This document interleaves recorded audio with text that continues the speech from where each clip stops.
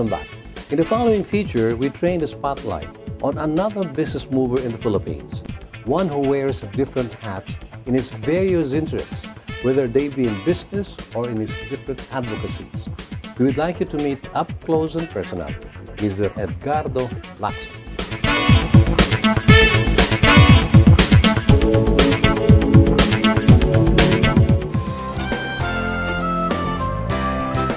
Mr. Edgardo Lacson, or Ed as friends call him, is one of the more visible business leaders hereabout, probably because of the various fields that he is engaged in, but not too many know of his roots and his early years. My mother came from San Fernando, La Union. She's a 100% full-blooded Ilocana. And my father is a Caviteño, 100% full-blooded Caviteño. How they met, I don't know. We are 5 children. I'm the second eldest, and we have only one sister. Ed Lacson's mother was a full-time housewife, while his father worked as an accountant at the Philippine General Hospital before moving to a transport company. He readily confesses that he is not fluent in Ilocano because he grew up in Makati and Cavite, but his wife Mila is also a pure Ilocana from Vigan. I spent my childhood until grade 1 in Cavite, Malagasang. Then we transferred to Makati.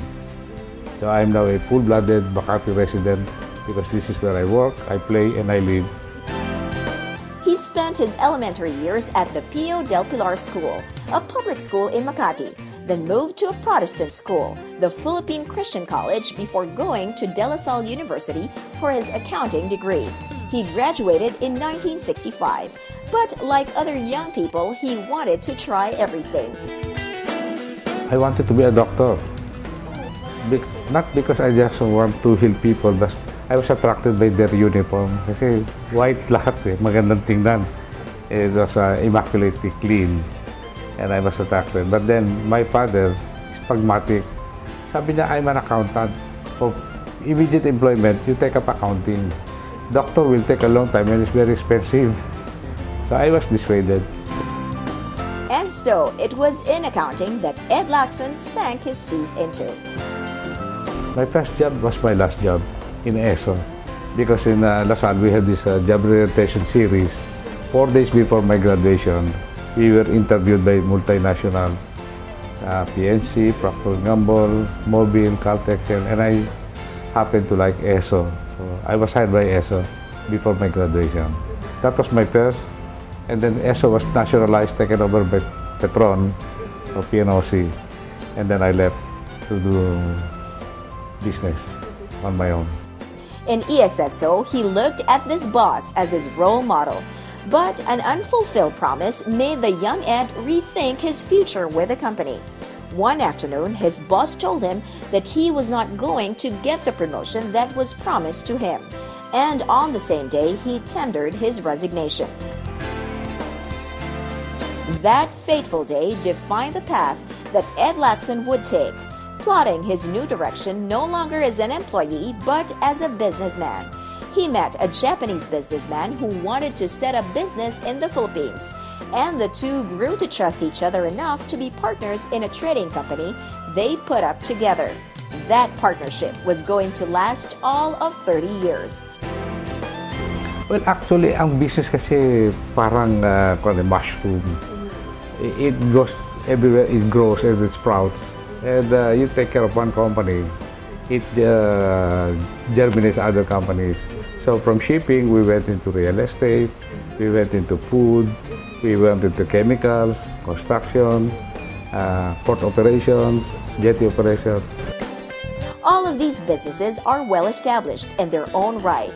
The shipping company was started in 1981, and today his oil tanker ships oil for major oil companies. There is also his concern for the environment, which gave birth to a phenomenal means of livelihood for hundreds of Makati residents. The Jolly Jeep, his own brainchild 12 years ago, can now be seen in many areas of Makati, in and out of the central business district. Because the Jolly Jeep, before you will see the Jolly Jeep before, these are the old dilapidated Fieras and Jeepneys. They ran, but they were so dilapidated. And you can see Bayong and Kawali and Caldero hanging around. And the vendors were on shorts, hindi pa naghihilamos, hindi pa kumakain, hindi pa nagtututbrush, nakatsinelas. And they were selling food. And sabi namin sa mayor ng Makati at that time, si Mayor Binay, your city looks like Wall Street inside the building. But outside is worse than Divisoria. Because nagkalat yan, more 500 of them all over the city. And very unsightly and very unsanitary. And they had reports of diarrhea among the customers. Karamihan kasi mga jeepneys, mga transient customers. So we proposed to them, why don't you put up a mobile store that is decent? That will be part of our CSR. So we will spend for the mobile store and then we will manage the distribution of food. Originally conceived as part of their corporate social responsibility projects, the Jolly Jeep is now Ed Lacson's legacy to the marginalized family of Makati cities, the original vendors who used old Fieras and broken Jeeps to sell food. The Social Welfare Department of Makati vetted these vendors, certified them as indigents, and became beneficiaries of the Jolly Jeep program. It used to be a CSR, but CSR cannot be sustained if it is not viable. So we have to make it viable. And over this, I think it's more than 12 years already, this Jolly Jeep. And before you can see, and now you can see the profile has changed. Dati mga jeepney driver, taxi driver, mga vendors, ako kumakain. Now you can see people with necktie and barong, some are from the embassies, and they're patronizing our store. Ed Lacson served as past president of the Philippine Chamber of Commerce and Industry and continues to serve as honorary chairman and director of PCCI, while also serving as chairman of the Employers Confederation of the Philippines, or ECOP. He is an honorary member of Diliman Rotary Club because he simply cannot find the time to faithfully attend its weekly meetings. Sits as a director in the boards of De La Salle University, the Stock Exchange, Pag-ibig, and Lucico's Pure Gold. At the PCCI, his watch was credited with a new management concept for the organization. PCCI came to mean participative, consultative, consensual, and informative. And at the height of the financial crisis of 2008, he conceived of another acronym, FIRE. Food security, infrastructure development, re-engineering of education, and then energy self-sufficiency. Those are the cornerstone of our advocacy. At the ECOP, Ed Lacson finds that the many difficult issues Philippine employers face is a challenge that he cannot shirk from. Well, ECOP was created by law under Marcos to represent the single voice of employers, together with the UCP as the single voice of workers. As ECOP, it is our mandate to protect the interests of employers, but without sacrificing the benefit of the employees.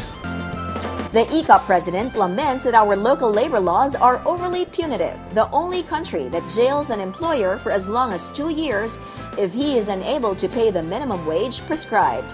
The Philippines also has the highest number of holidays in the region, and which has boomeranged against the very population that the labor laws sought to protect. The number of holidays is the highest in Asia, and we're trying to trim down the number of holidays because we are the most unproductive country in the whole Asian region. We are fighting more than 200 holiday bills, compensation bills, economic bills.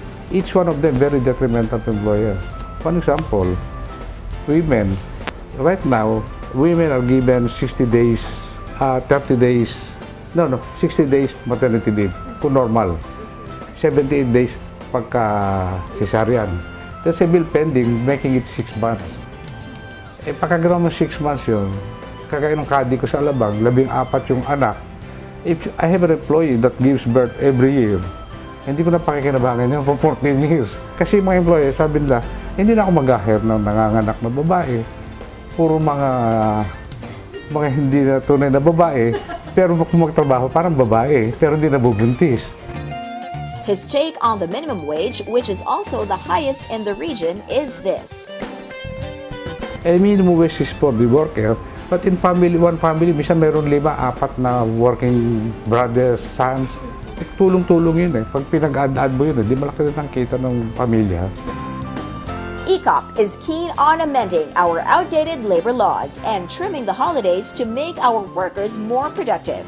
Our minimum wage is so much higher than others, such that where hours translate to $10.40 a day, in Bangladesh it is a far 50 cents per day.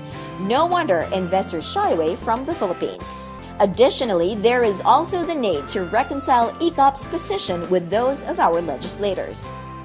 We have to educate some of our legislators that the employers are not the enemy. We need to attract investments, and investment equals employment. At his own office for his shipping lines, Ed Lacson walks the talk. His employees, many of whom have been with him since 1979, are considered family. One room in this vast office is designated as their dining room, where everyone eats together, partaking of the same food provided by the company. And where most other companies discourage relatives working in the same company, this model company does the opposite. Sa amin, we encourage. Punta yung mga crew, mga kapitan. Kung may kapatid o anak kayo na magiging seaman, pag-retire nyo, papasukin nyo rin. We encourage that. Huwag lang yung mag-ama magkasama sa isang barko, magkahiwalay. But Ed Lacson, the consummate businessman, is not all work and no play. Where in his younger days he played basketball and some bowling, he now enjoys his regular rounds of golf with friends. We always play with friends, but we never play a friendly game. We bet. He is also part of a golf circuit he formed with PCCI golfers. On the family front, he sets aside time for his wife Mila Lazo Lacson, who worked as a bank executive at the Bank of America before she moved to export and now heads the Philippine Chamber of Handicraft Industries. She has her own export company, mga giftwares, Christmas wear, mga seasonal displays. At one time when she was in Pepper Mache, kalalabas lang nung Jurassic Park, she transported one huge dinosaur made of paper mache, one dinosaur in one container for the for a Hollywood set. Every year, they visit their children in Las Vegas, occasionally going on trips to places like Europe as part of family bonding time with his 3 children and 6 grandchildren. For a man who wears several hats, we ask, who is Ed Lacson? Mr. Ed Lacson is a very sensitive person. He cries when there are occasions to cry, and he laughs a lot. I love to be with people. The playful side of Ed Lacson comes to fore when he reminisces his younger days at the ESSO, when he and his colleagues would spend almost 2 hours on coffee break. When confronted by a boss on the long drawn-out breaks, he retorted, Boss, we are paying 30% of our salary to the BIR. This is government time. He says it is not easy to give advice to our young leaders because each has his own take on what should be done. To set a good example, however, rear good and responsible children and run your companies well and profitably so that your own employees will improve their lives. And how does he want to be remembered? I want to be remembered as a person who does not want to be remembered. No, seriously. Alam mo naman kasi you don't work to be remembered. What they see in me is what they will all get. And there is no pretension that I would like to be remembered as a benevolent provider or a benevolent leader. Bahala na sila ron. Because if I'm gone, it doesn't matter anymore how you will be remembered. But it's how you live now. Sabi nga nila, there are many hundreds of yesterdays and many uncertain tomorrows. Just enjoy today. There's only one day that you can enjoy, today.